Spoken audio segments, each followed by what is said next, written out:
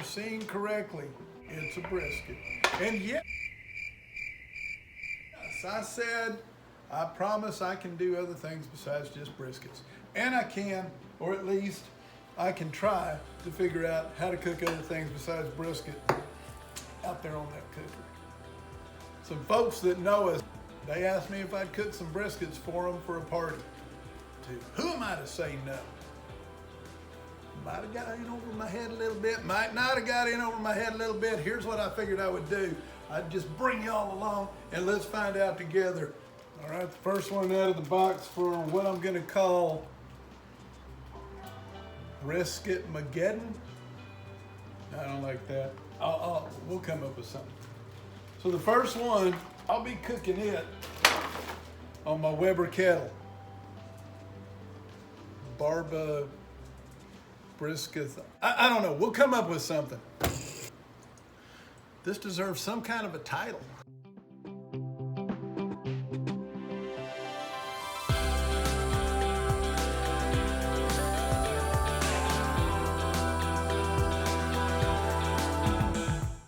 If this happens to be your first time seeing any of my videos, let me just tell you again what my channel's all about. There are more brisket, pork butt, rib, what have you, experts out there than I can shake a stick at. I'm not one of those guys. What you've stumbled on is a guy who is figuring it out as he goes. I'm one of you.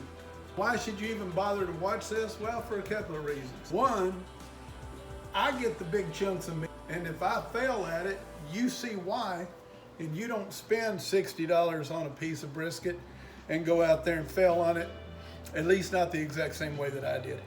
Consider me somebody willing to show you what I'm doing, walk you along through it. If it works out, you take the pieces of that you want to do. If it doesn't work out, at least you know, don't do what that dude did. Brisket-a-thon 2020. I don't know. I've seasoned the fat cap side, which in this case is gonna go up. Slow down, chill out. I'll explain why. Fiesta extra fancy brisket rub. It's good. It's everywhere. You don't have to go to a specialty barbecue shop to get it. Every little, let me let the sirens go by, hold on. Still going. All right, the sirens are gone. So this, they're kind of gone. You may still hear them. Fiesta brand. It's in little neighborhood stores. It's in Walmart's, it's in Kroger's, it's in Publix, it's in H-E-B, I think. It's really good. I use a lot of their different products. The other thing that I'm going to put on top of here is B&B Trinity. It does have sugar in it, which is something that scared me the first couple of times I used it because I thought the sugar was just going to burn. It doesn't. I don't know why it doesn't, but it doesn't. I love the taste. It makes a good bark. Is that distracting? Is that annoying? This is the two rubs that I mix together on just about every brisket I do. I'm going to show you how to go ahead and set up your Weber kettle if you don't have a slow and sear. Now, if you have a slow and sear, dude, good on you. You've got a great piece of equipment and it'll do you a lot of good over a lot of years. I don't have one. I've never had one. I'm cheap and I'll show you what I do. It gets me just about the same results. This is the way to do it without a slow and sear. I got that basket right there and I got literally 10 charcoal briquettes.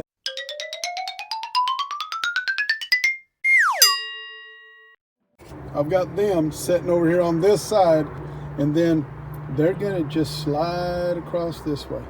It's gonna be kind of like the snake method. That's gonna allow my cooker to cook slow all the way across. Then I'm gonna take some hickory. I'm gonna put a chunk right about here, and another one right about here, and another one right about here. Let me just tell you a little something about this. This Weber kettle that I got, This was a Facebook marketplace find going on 2 years ago, and I think I paid $175 for it. And man, I have been so super happy with this cooker. I've learned a lot over the 2 years, and whenever I tell you I'm no expert, you know, let's follow me and see what happens. On this, I'm pretty darn good. Let me check how that charcoal's coming. I think I'm ready to show you exactly how that's gonna work out.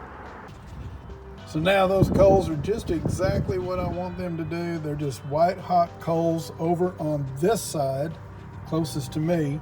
And then I dump them on top of a small layer of brand new coals underneath there, and then stacked these up right here. Then what I'm gonna do is I'm gonna take one chunk, and then this big chunk. Man, that's a big chunk. That's almost too big. Yeah. And then this chunk right here, towards the end of the smoke, I put a little bit smaller one. Then I've got this pan right here filled with water. This pan right here just makes cleanup a whole lot easier. Here's a couple of things that I use. This brush right here, it is not wire. It looks a little wire, but it is not. And it will flat get after it and clean a grill grate. This grill stone. So I just bought this handle, so you can see how thick that is. Well, this one was that thick when I bought it. And I've used it quite a bit, and I still have that much left. And it will also flat clean a grill grate.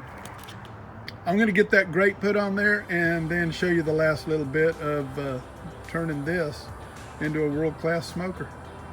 I got my grate on there. I got my fire going exactly the way I want, slowly creeping along this way. I got my wood chunks. It's hickory on top of there. Western premium product hickory cooking chunks. I'm telling you, they come in hickory. Over here I got some pinon. I've got some pecan around here somewhere. Trust me. Oh, there it is. It's way over there. But on this kettle, these chunks weigh to get good smoke. These kettles have two different sets of dampers. One underneath. This one slides here, slides all the way back. That means it's completely shut off. That means it's wide open. Anything hot and fast, you'd probably leave it wide open and control everything from the top. I'll show you how those work. Low and slow, I'm gonna put it about halfway. Then you come up here and it has this damper. And for right now, I'm gonna leave it wide open. One thing on this, I've got my heat over on this side, right? And I got this on this side, so that's backwards. You wanna flip this around so that these vents are on the opposite side of your kettle. We're cooking this brisket fat side up. You want your fat cap to protect your brisket from the heat source. Your heat's gonna come over the top. We want that fat cap on the top to protect it from that heat source coming over. So I'm feeling pretty good about our kettle right now. I feel like it's pretty stable temperature. Here we go.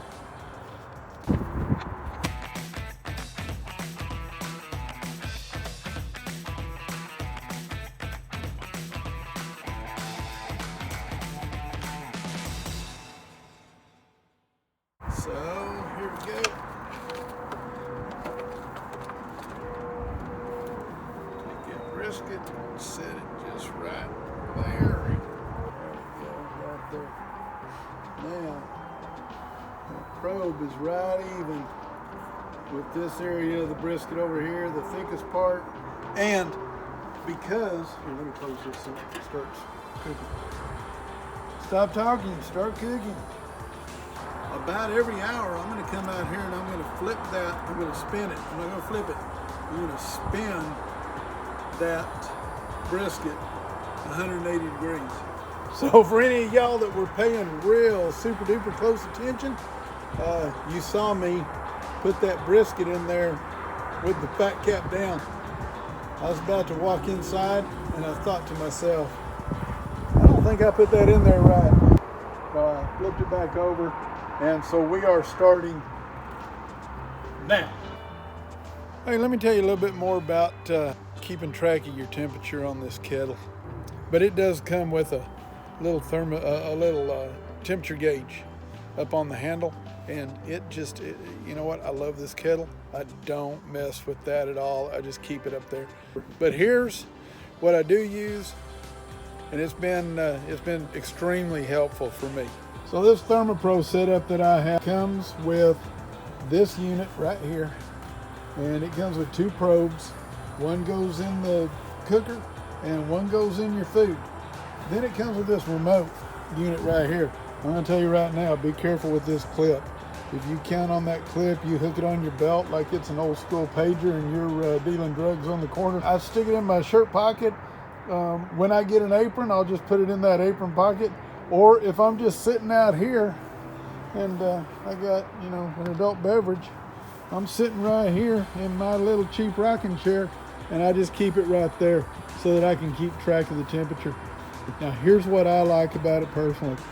It's not Bluetooth. It's an RF frequency that goes from this little unit right here right into this unit right here.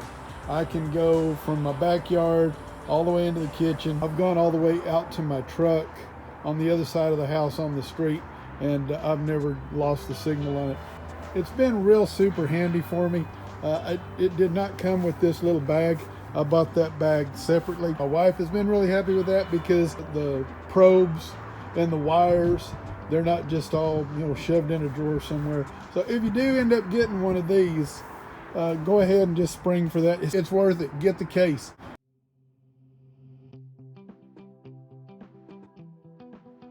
We are just about 1 hour in. The side furthest away from the fire is looking more done. I'm going to spin this thing 180 degrees so it gets a more even cook on it. So just before I shut this down, just added about 6 pieces of charcoal, spun this around 180 degrees, and now back to cooking.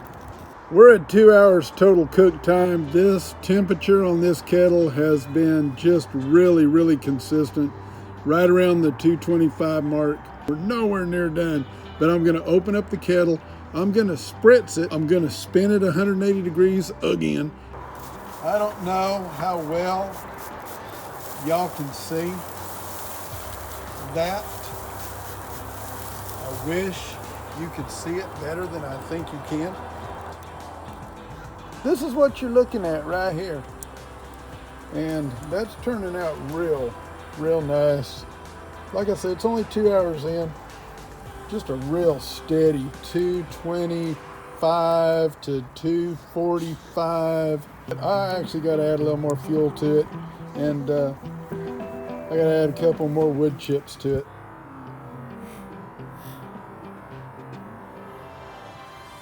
It's 9:30, which means that this has been on the smoker now for 4 hours. This bark is just setting up real nicely. No, it's not ready yet. I'd say we're a little over halfway done. This is the first of the 4 briskets we'll be doing over there. So just kind of keep it all straight. We got a brisket that we trimmed up. We put it on that Weber 22-inch kettle.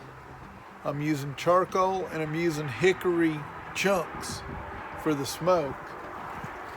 And I've been cooking it now for 4 hours, trying to keep it as close to 225 as I can. What we're going to do is we're going to get it up to about 160 degrees internal temperature. We're going to take the brisket off of the smoker. We're going to wrap it in tin foil. We're going to add some beef broth. We're going to create a little trough inside that foil, wrap that up. We're going to put it back on the smoker. Then I'm going to crank that heat up just a little bit, get the internal temperature of that brisket up to about 206. And then we're going to take it off of there. We're going to wrap it in a towel, and we're going to put it in a cooler, and I'm going to leave it in there for a couple of hours. Then it's going to be just the perfect brisket. If everything I said works out just right. Then tomorrow, I'll get up in the morning and I'll start a couple of more briskets on the stick burner. We'll also have a fourth brisket that we're going to use that pan method that I did last weekend, which gave me that really good chopped. I'm telling you, that's the best brisket I've ever made.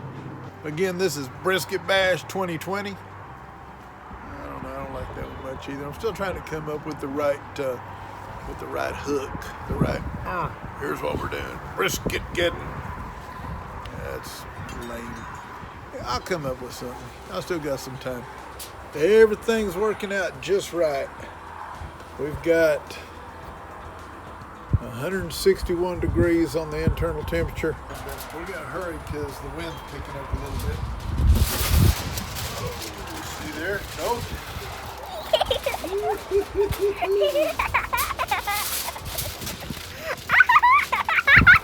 Okay, so we got this brisket wrapped up in the foil, and we're just going to build a little funnel right here.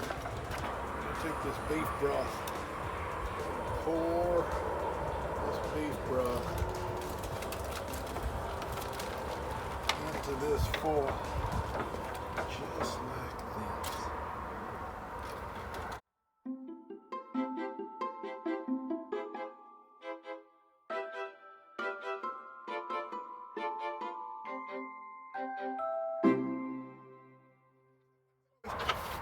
We almost made a mistake.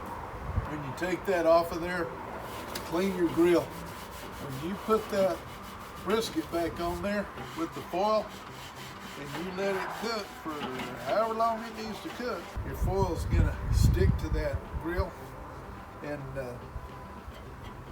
you're gonna lose a lot of this good sauce. Do not want to lose that. Get on this. It says 207, and down here on this end 208. But that's not the key. The key is what you saw when I was putting it in there. When that slides in there with absolutely no resistance at all, especially, you start up here in this thicker end. So pull back here and you can see on the thicker end, man, I mean, there is like zero resistance. It just slides in like it's sliding into nothing. So yeah, it's ready to come off of there. I'm about to pull it off. We're gonna put it in a towel. We're gonna wrap it up. We're gonna put it in the cooler. And this will be the last time you see this brisket until it's being ready to be served.